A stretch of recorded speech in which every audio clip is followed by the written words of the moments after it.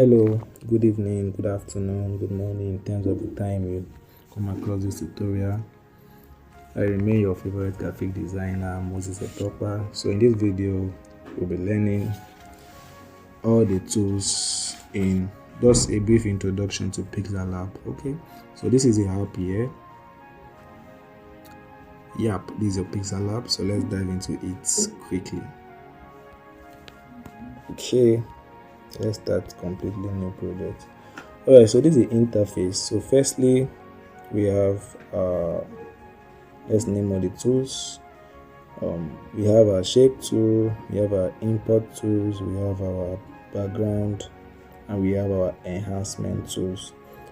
Alright, so let's quickly dive in. So if this particular tool, if for instance you have a work you've saved, you worked on something and you've saved it already, you can you save it, save it as project and give it a name. So if you come to this my projects, you see all the works you've saved. These are some projects I have worked on. Alright, so let's proceed. So firstly, our shape tool. On our shape tool also, these are your styles. You can click on them, browse. Then these are styles that will come with your PixelLab. Then if you click my styles, if for instance you watch tutorial video and you try to create 3D text yourself, so these are some I created. You can just enter them and start working with them. But in this tutorial, I will be showing you I will be showing you each tools and their function on PixelLab. So use your edit. So edit is used to import text. So let's write something. My name is Moses Etopa. Yep.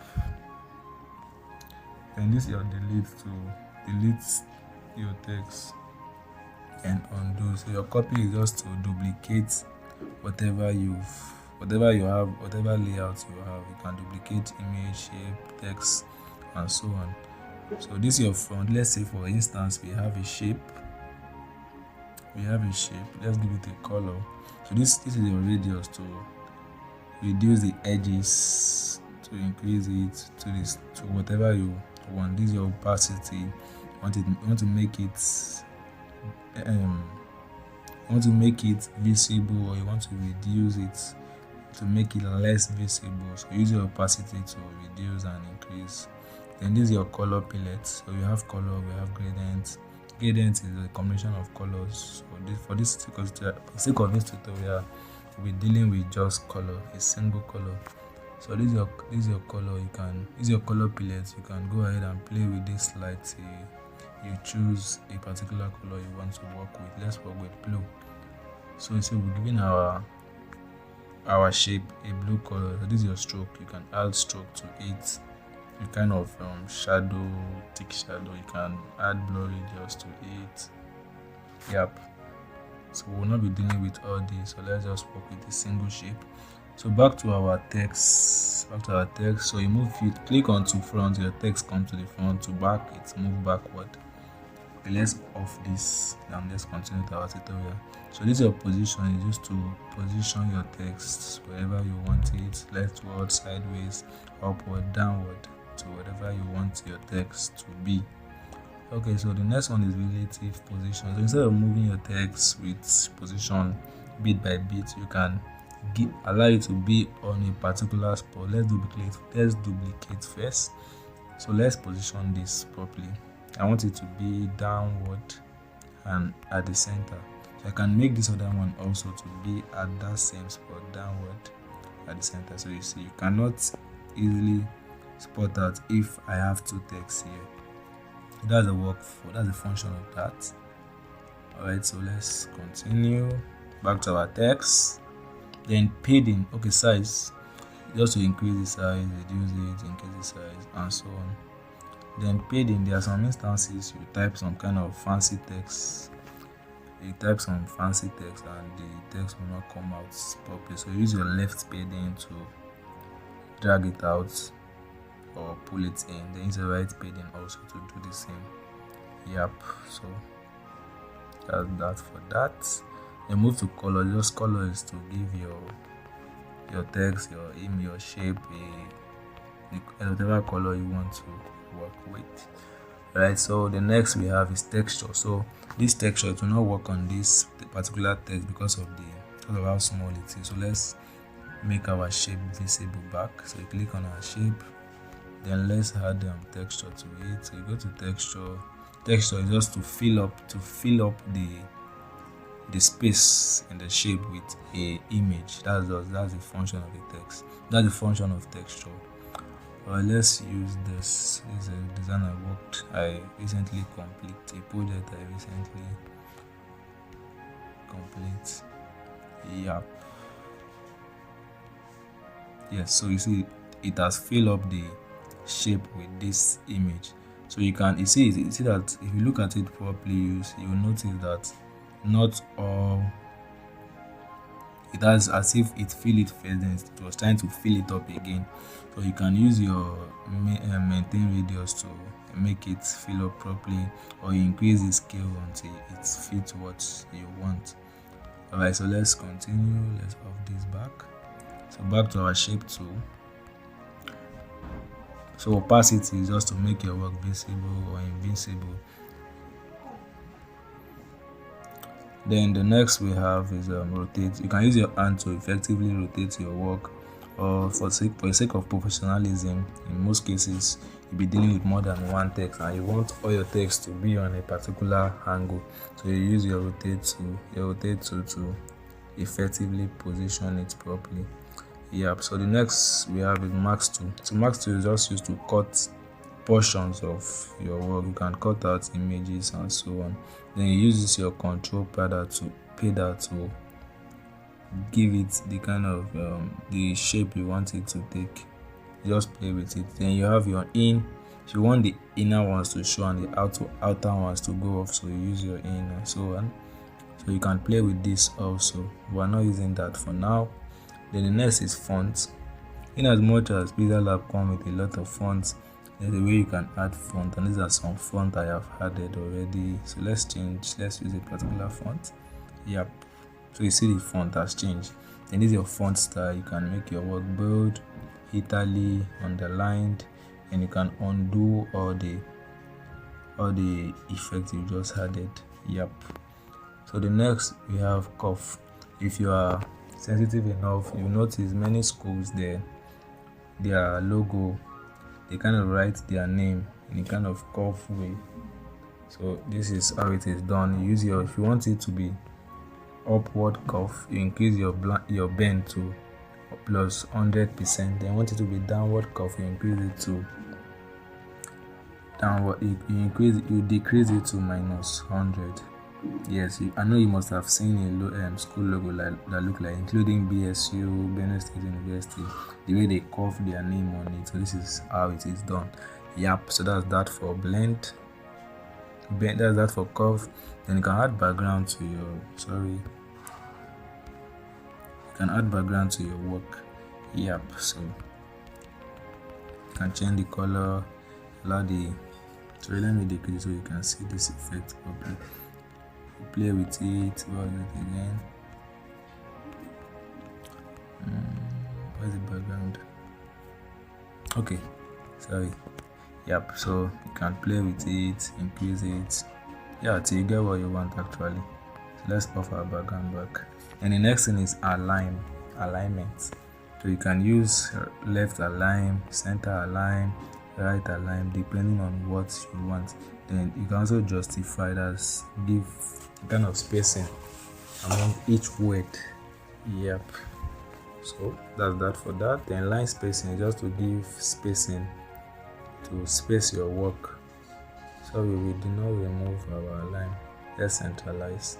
So you see that there's a kind of spacing among each word, each letter. Then you can make the spacing should be among each words, and that's that for that. And what we have is line spacing. In your notebook, our notebook is made up of lines. So to increase the line spacing, so you can see that to reduce it, increase, reduce, and that's that for that. And we have stroke. Stroke is to add a kind of shadow, a kind of color on the text or on the shape whatever it may be. So let's increase it so you can see the effect properly, and you can change the color of the stroke radius, stroke width, depending on what you want. And that's that for that. Alright, so the next thing is shadow. You can add shadow to your work, and you can make the shadow, increase the blur radius, and make the shadow color blur, make it more blur. Let's use white. Then you can make the shadow glow. So you see the way it is glowing, right? Then using your offset X, you can use it just like your graph. You just position your shadow depending on where you want, where your lens is coming from, and where you want the shadow to appear. If you watch football properly, you see that the way the light is, every player is having foreshadow because the light is coming off from all angles. So depending on where your lens is coming from, you use your offset X or offset Y to position that properly. Alright, so that's that for that. Then next is inner shadow, to make the shadow glow within the text or the shape itself. So let's increase the blur radius. So you see now the color of the text is still red, but because of the glow effect, the inner glow, so it's almost wiping out the color. So you can use your offset X and offset Y to position the glow depending on where your lens is coming from also. So I'll leave these two because it's a bit complicated. Then move to perspective. Perspective is just to kind of make your text in a kind of 3D format, but more. If, for instance, you must have seen logos that are pasted on the wall, or maybe so you must have seen something like this, as if they wrote a text on the floor, and you'll be wondering how did they write this thing and it's visible. So use your perspective to do that. You can just play with it, yes, in a kind of 3D format. So you see that, yeah, and that's that for perspective. Then 3D rotate. You can rotate your text in as much as your text is in 2D format. You can rotate in a kind of 3D format with your y-axis and your x-axis. Yep. So we have our 3D shape. You can make your shape also look kind of 3D format. You take your time and play with it, you can achieve that. But for the sake of time, we'll not be doing that. So that's that for 3D shape. Then 3D shadow, same as shadow. You also add shadow to your shape already. Also add the kind of 3D shadow to your shape, and that's that for 3D shadow. Then lastly we have reflection, to make your text or your layout or your shape or your image reflect back, to make it reflect on your work. So that's that for text tool. So we'll move to our next tool. So here we have stickers. So you click on this, your sticker, there are different kind of stickers here, your emojis, your stickers plus, but basically I use, so you can see this conversation, see that they are requesting that you subscribe. So see this conversation sticker, different kind of stickers.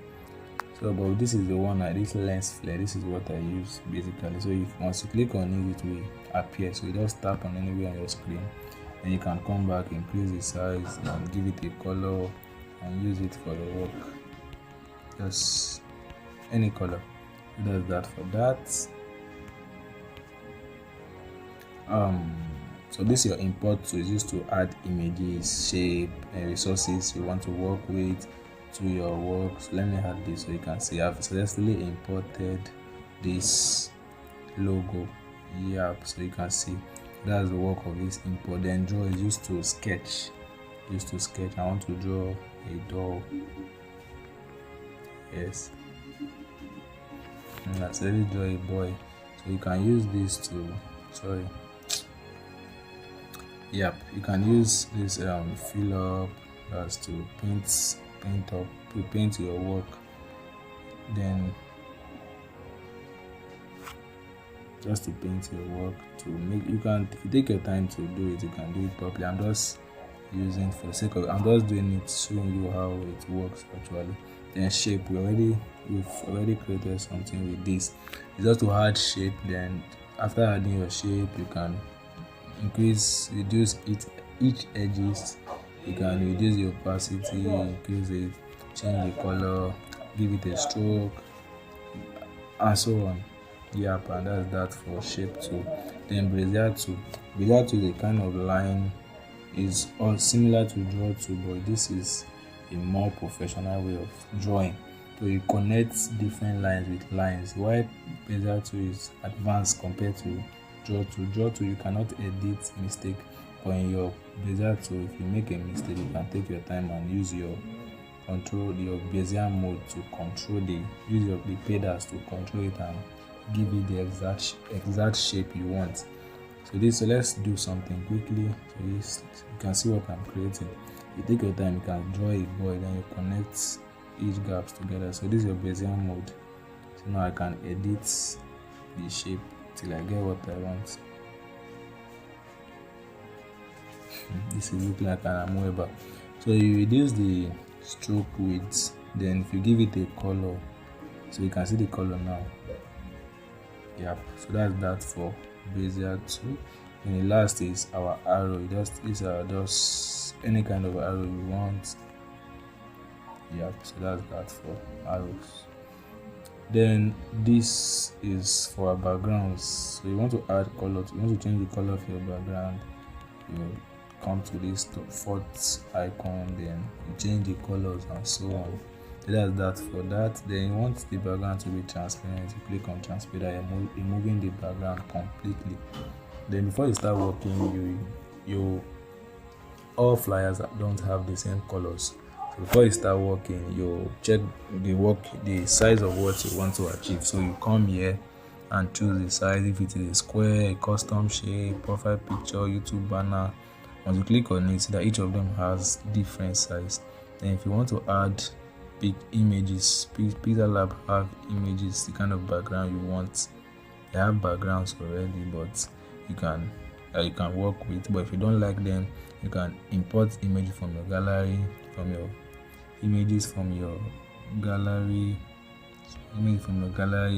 your camera. Alright, so if you want to enhance your work now, you can rotate it as what's it called, landscape. Then you want to add vignettes, then just kind of adding a kind of shadow around your work. So that's that for that. Then noisy, to make your work look noisy. Yeah, you can see the effect, right? Yes, so this is just the work of noisy. Then you can add stripes to it. The stripes, rotate to get what you want. Alright, that's that for that also.